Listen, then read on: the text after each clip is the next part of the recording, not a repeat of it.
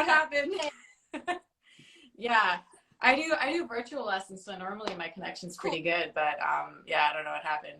But you asked me about the guitar that I'm using for the Shred showcase. So yeah, so normally I use Fender stuff. I have like a Strat and a Jazz Master, but for this, like those aren't really like mega shred guitars. So I got this little Charvel that I got for like $400 at this music store in Virginia. And it plays great and it sounds really, really nice. It kind of has like a Jazz Master-ish style body, but yeah, I dig it. And it's very easy to play, especially if I'm trying to play faster stuff than what I'm used to. Yeah, so that is an epic nice guitar, guy. And the Fender Jazz Masters are like on another level too. They are just like really good guitars. I don't know, like Fender's like growing on me more and more and more. So that's really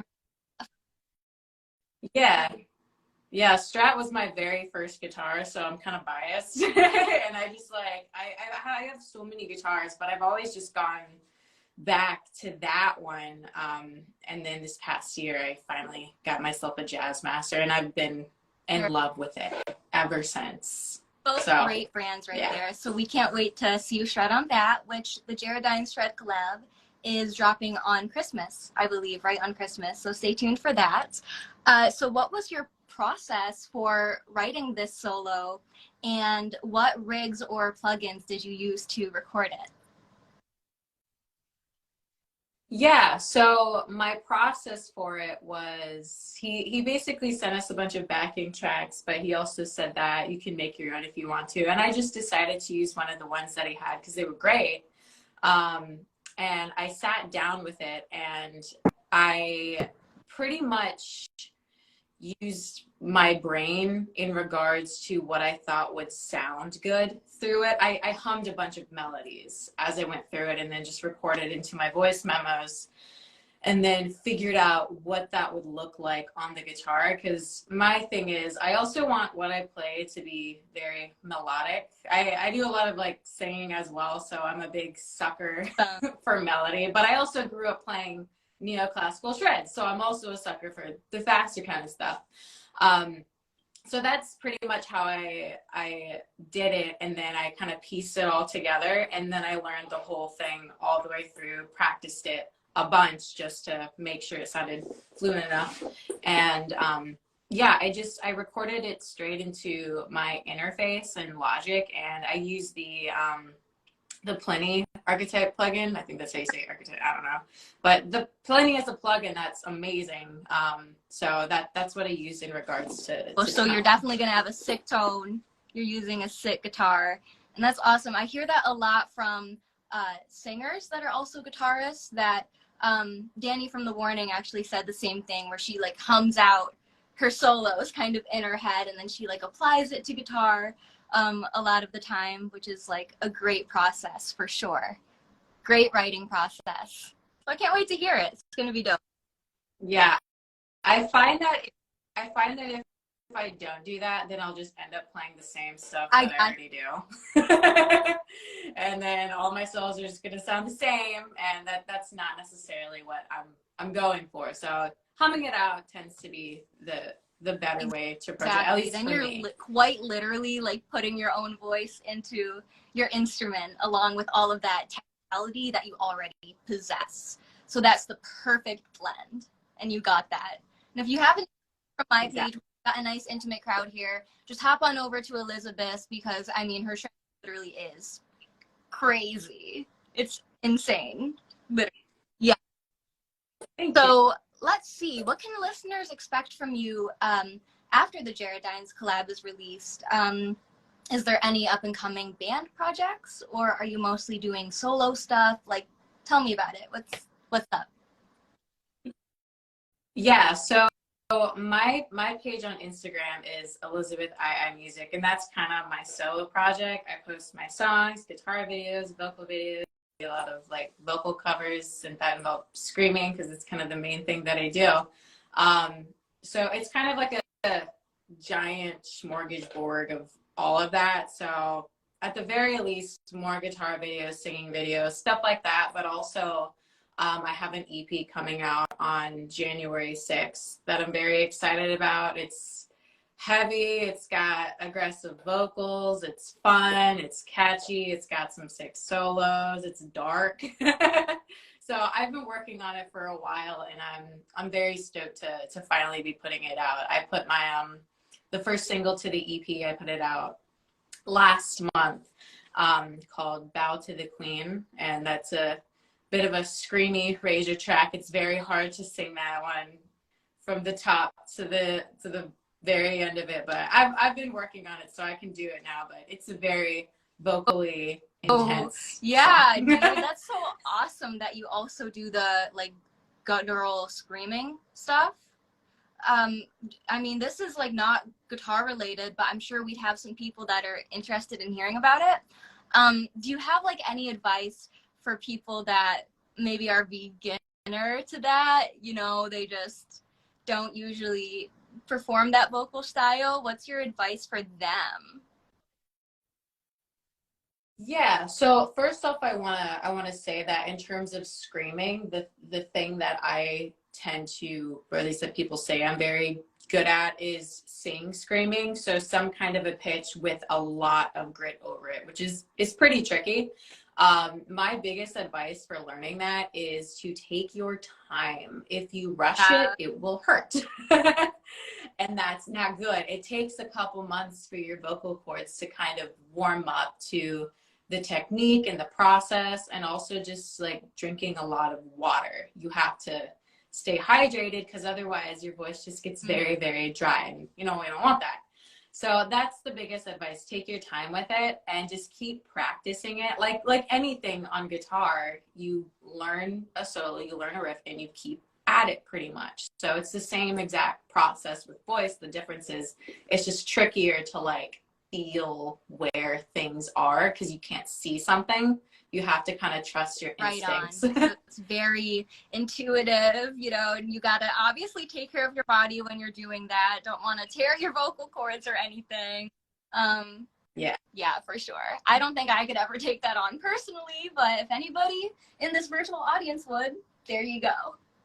Yeah, we got a comment that said Linkin Park screaming cover was fantastic. Oh, thank you. I think, what song was it? I think I did Crawling by Linkin Park. I did that chorus. Yeah, that was a fun one. That was I love doing Linkin Park songs, because Chester's vocals are intense, but I don't know, they're like right in my wheelhouse. So he's great. I love it. They were a great band. So I wanted to take a few fan questions. I do believe I saw some. You guys can either put them in the questions tab, which sometimes goes wonky on us, or you can just comment below. So what record do you have on repeat right now? And what musician are you currently drawing the most inspiration from?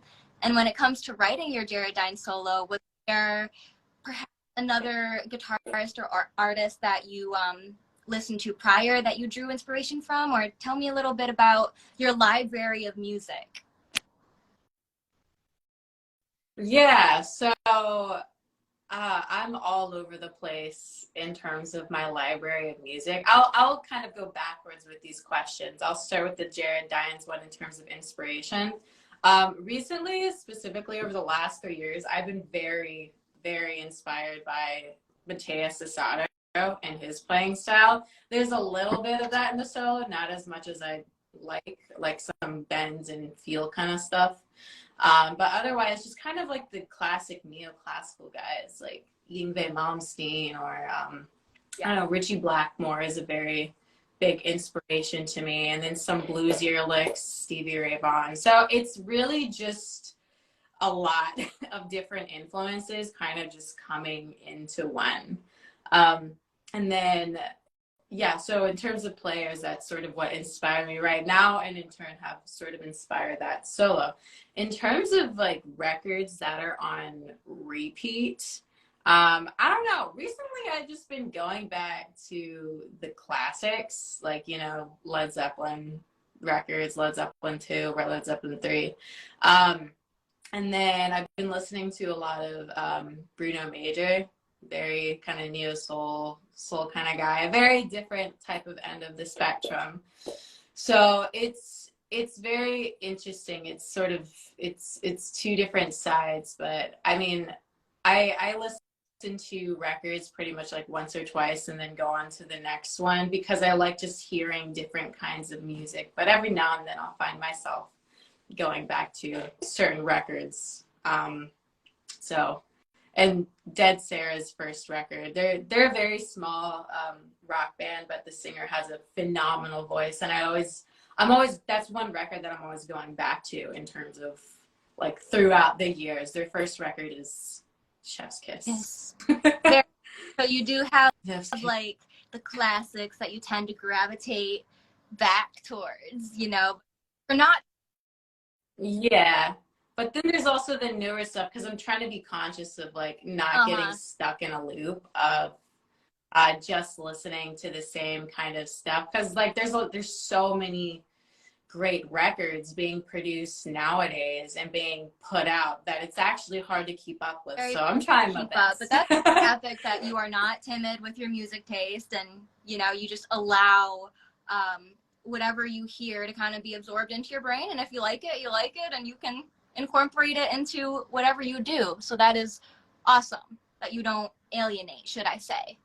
So we do have a question from a fan. They say, or this is from Katona Martin 1. I hope I pronounced your name right. Yes.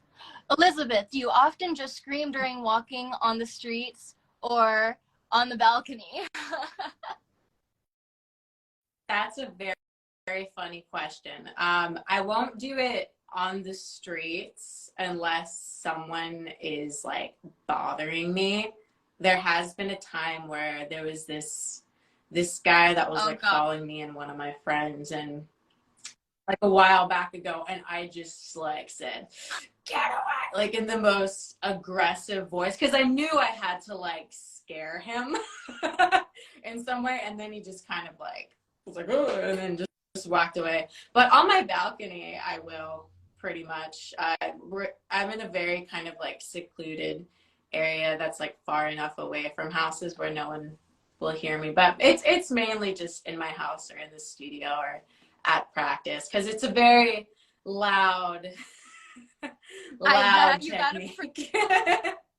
And I'm usually a very reserved person, so it's pretty ironic. I find it. Well, hey, that is actually a great way to like scare unexpected, like, I don't know if I'm saying that right, but like weird creeps on the street. Just rip out one of those screams and maybe they'll be shocked. Yeah, they'll be shocked or they'll be confused or they'll be like, nah, I don't want to, that's weird. And then just walk away. Even better.